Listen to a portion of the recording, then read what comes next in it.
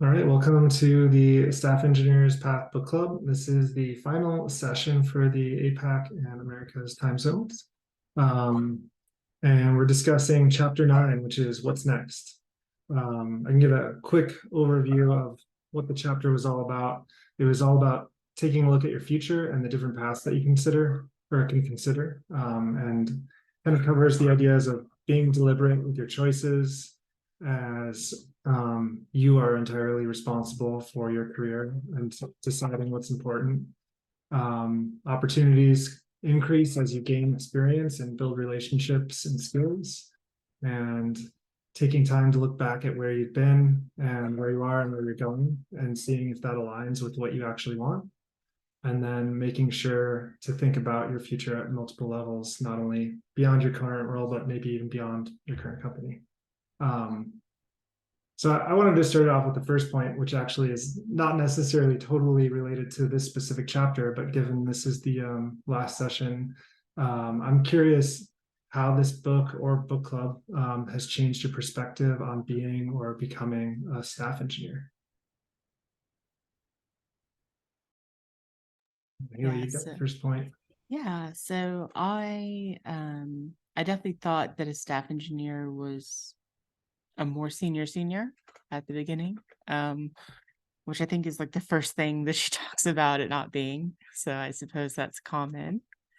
And I was really shocked with how wide the role is, and it kind of reminds me of an idea in, like, from philosophy of like the family resemblance, where a concept, like two concrete examples of the same idea might not have anything to do with each other. And I feel like you could definitely have that with like the staff engineer role, where you could have two staff engineers whose job descriptions, have no overlap, but they're both still staff engineers.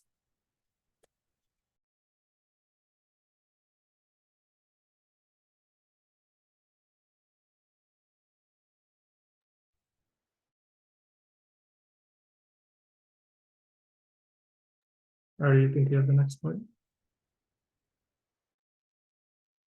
I was reading, I think I feel a bit guilty reading this section, because I have, like, especially the part where it's like, be deliberate about your choices on your career and deciding where to go next. And like, I don't think I know what I want to do now that I'm staff. And people sometimes ask me, it's like, so what's next? And I'm like, what is next? I don't know. Like, for one, there is nothing above staff officially in support. So there's no principal. There's nothing above staff in support at the IC level.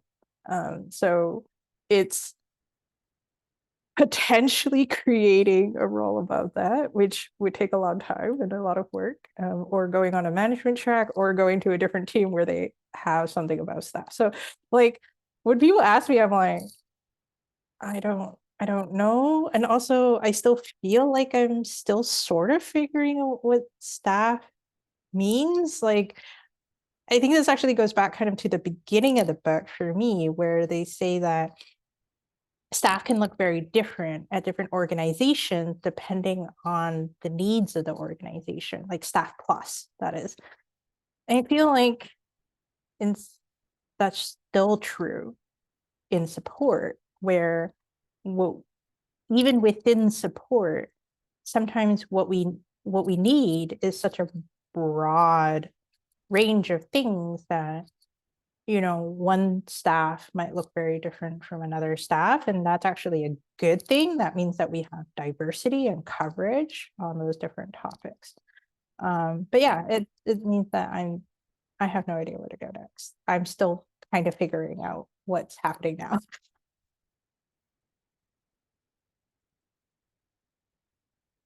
Yeah, that was one thing that I always found useful and interesting. And at the staff level, you've got a lot more self-control on where your path. You're expected to be figuring that out.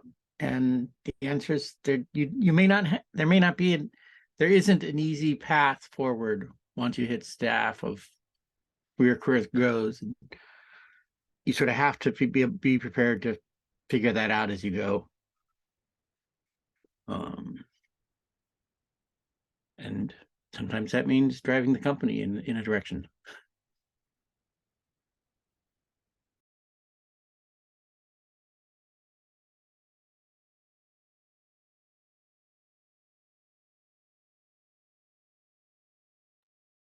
Yeah, I think the overall, like my perspective, I feel like I had started to get a feel for, you know, I had maybe before I had started looking at staff engineering more seriously, I had the whole it's a more senior person in my mind, and as I've come to like uncover those different aspects of leadership and different ways of, you know, like of what the role can look like beyond the technical aspects.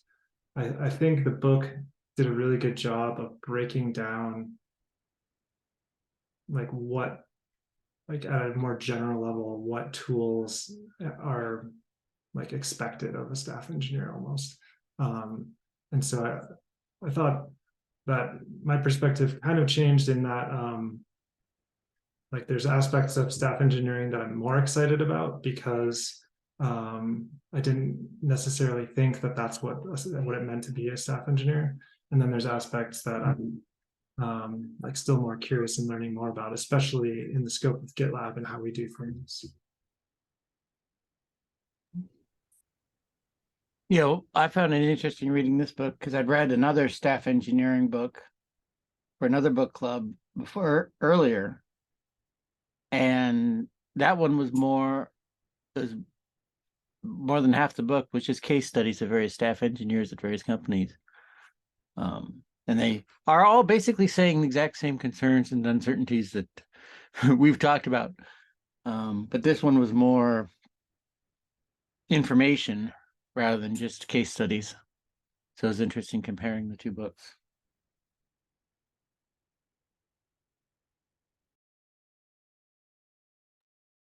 Chad, did you want to verbalize your point there? Yeah, my main thoughts on this is it's good, even though I knew that already, it's good to get validation that for this, as in most things in life, there's no single right answer or simple answer. It depends. It depends what your company looks like, what you look like, what the job looks like, and that could all change, you know, quickly, even if all else is constant.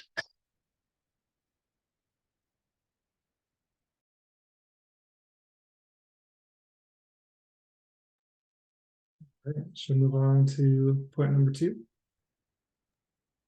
Sure. Yeah, I've followed charity majors for years. When I went to the observability conference here a few years ago, I had the opportunity of meeting her and several of the other people at Honeycomb, and I've followed her on Twitter. And she's just brilliant. She's a brilliant engineer. She's a brilliant manager, founder. Like her, out of the box, contrarian thinking on so many things, including observability, is awesome. I've learned a lot from reading her, and like nothing she's ever written have I really disagreed with. It all resonates deeply with me as someone with experience about the industry. And the first link there is Sarah May.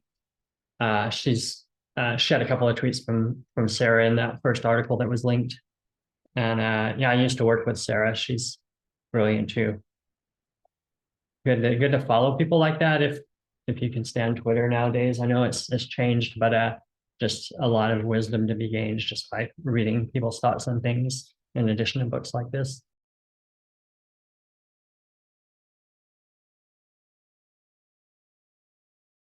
Yeah, I've seen the blog post about the engineering manager and individual contributor pendulum. That blog post seems to have popped up in a lot of places, especially when discussing staff engineering.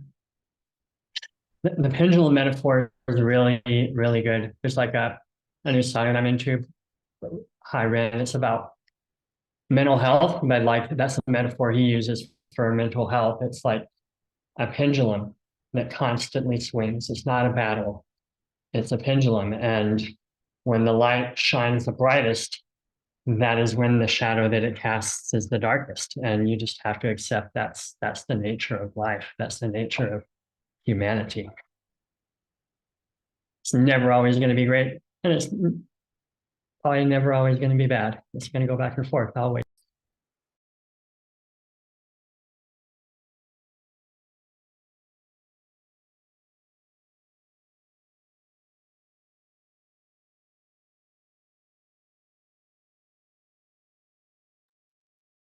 All right. Shall we go to point 3? Okay, I'm not meaning to monopolize the meeting yet again. No worries. But yeah, as I've definitely tended towards the long term and definitely stagnation in a lot of cases, like stayed at places for 5 years, over a decade in some, even though I've still had several jobs over a 30+ year career. And yeah, there's a lot to be said for just learning an organization, learning its processes, learning a system deeply. You can be really impactful that way. But like I said, I've left 3 jobs involuntarily in my career for various reasons, layoffs or whatever. And it's always led to just tremendous opportunities and growth to the place that I landed next. And I never had a problem because I, still kept my skills current, still kept everything current. So change is scary, but so you have to know when to embrace it and make that jump when it's going to be the right decision for you. Yeah. Something I thought about reading that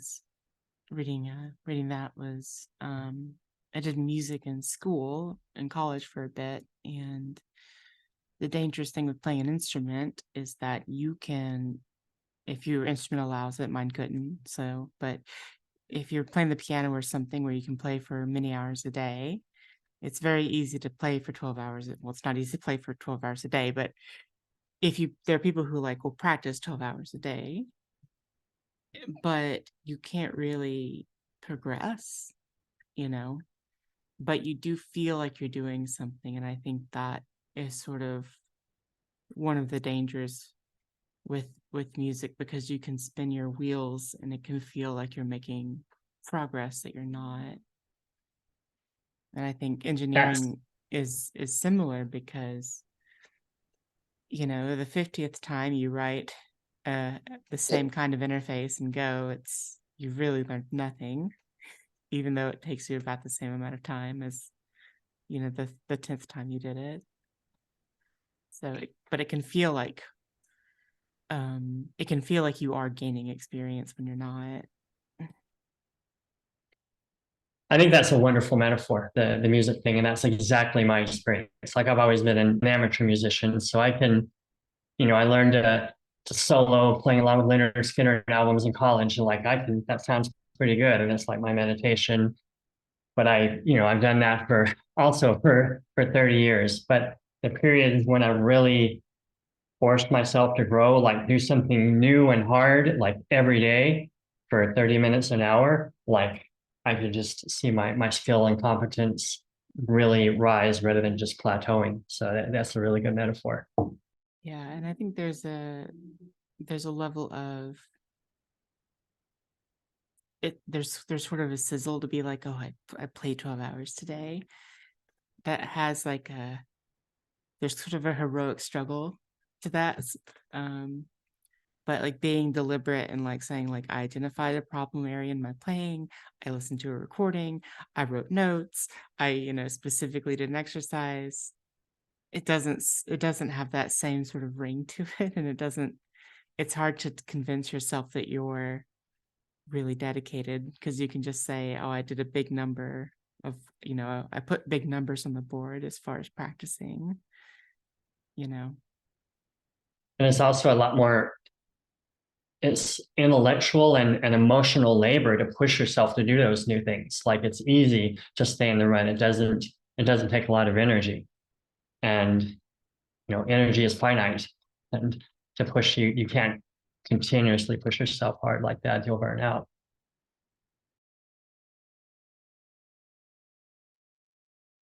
Yeah, I think that's actually, and that comes back to a lot where there was like discussion about like stepping back and trying to look at like where you are in a more objective way. Because I know that's something that I've always struggled with. Like, I know the best example that I can think of is like I was working towards being like a database maintainer, and at the time I was like, I'm so far away from this. I'm like, I haven't made any progress. I'm exactly where I was. But then I went through and looked over like a year and a half of reviews and actually could see the progress that I wasn't aware of. So I guess it's almost like the opposite of what you were kind of describing.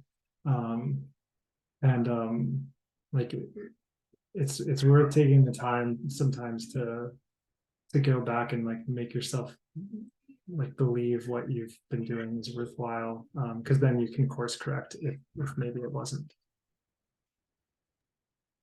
One of the things that is great about working at GitLab for that is that you can go back to old issues and see what you really thought and were really doing at the time. So I did that. I did that with the first schema we put together for the registry database, and it was very funny to see how simple we thought it was and how much was not there that's there now that needed to be discovered. So that was very, I think that was helpful, just to see that, hey, progress has definitely been made, and at least with like the specializing, and gaining domain knowledge, it was very interesting to have like a big signpost like that, to be able to appreciate some growth that has happened.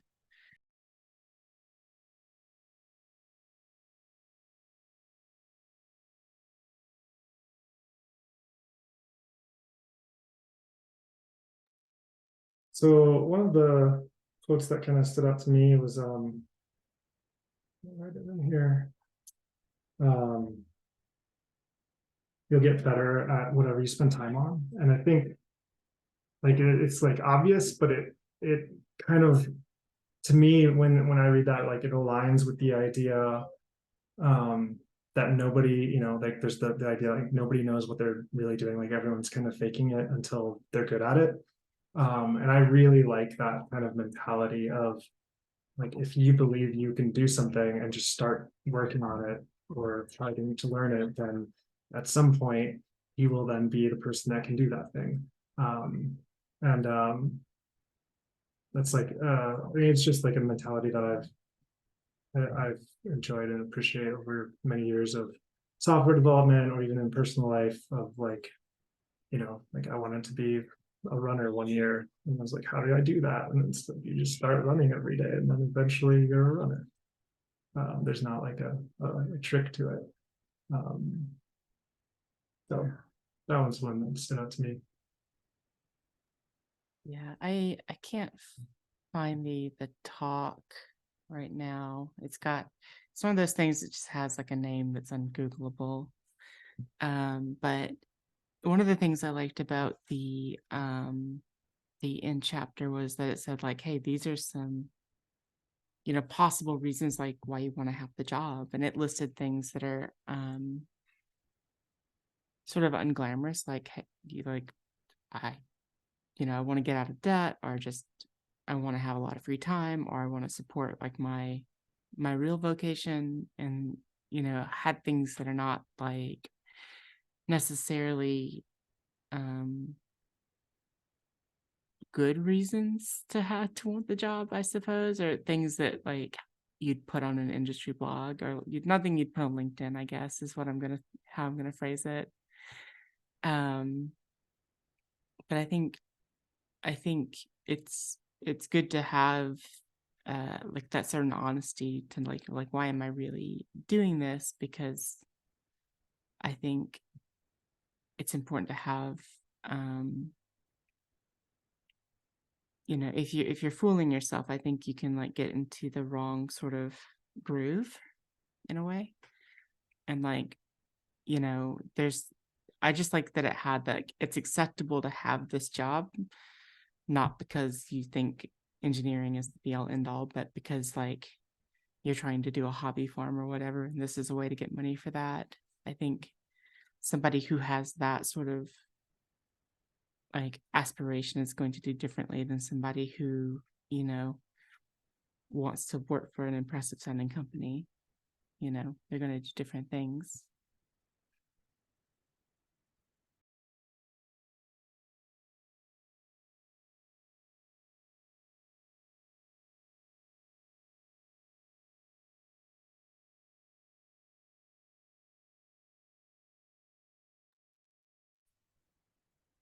Anyone have any other thoughts about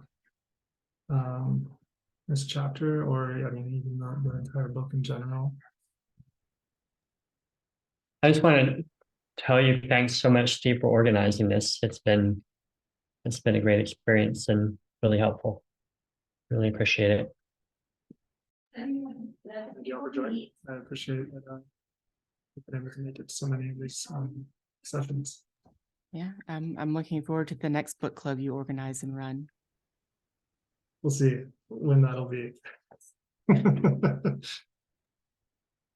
Even though people got behind, like I think this is a pretty accessible book. It wasn't a slog, and like the chapters were digestible enough that you could sort of cram them at the last minute, or at least skim them and still get a good experience from it.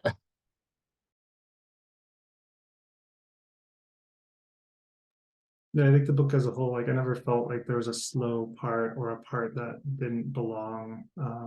Like I've seen that in some other books where we've read a chapter or two and this doesn't really make sense why they've included this in this management book or engineering book.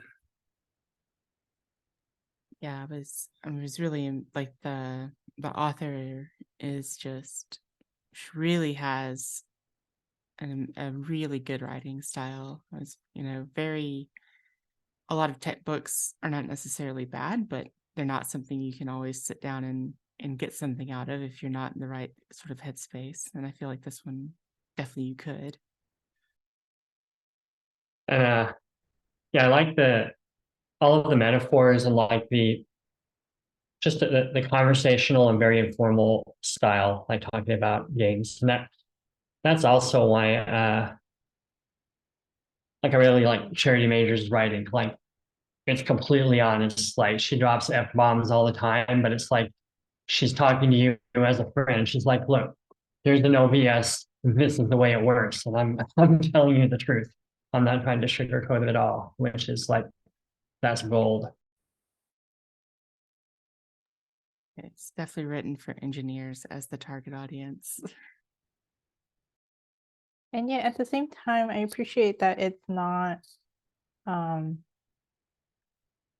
like I think kind of really anyone in like the engineering space could relate to it. It's not like I'm actually reading a different book right now where I'm just like, okay, can you stop talking about how it works at your company? Because this is not how it works at my company, and I don't know how to apply it. So like I appreciated that it was like, you know, agnostic in terms of what company or environment it's in, and like there was this recognition that it works very differently depending on the company you're at, but like overall this is like, here are some strategies and here's like a bit about like here are some of the things that are common across the different companies and kind of how it works. And even though there were some things that were fairly engineering or kind of tech specific, it like at the beginning of the book, you know, it talks a bit about like how you could apply a bunch of these strategies to any position kind of at that kind of higher level of the IC track, like kind of staff plus, even if it's not engineering or kind of tech company oriented, that like it's you could apply a bunch of these. I really appreciate it that about this book, aside from, the other things that were already mentioned.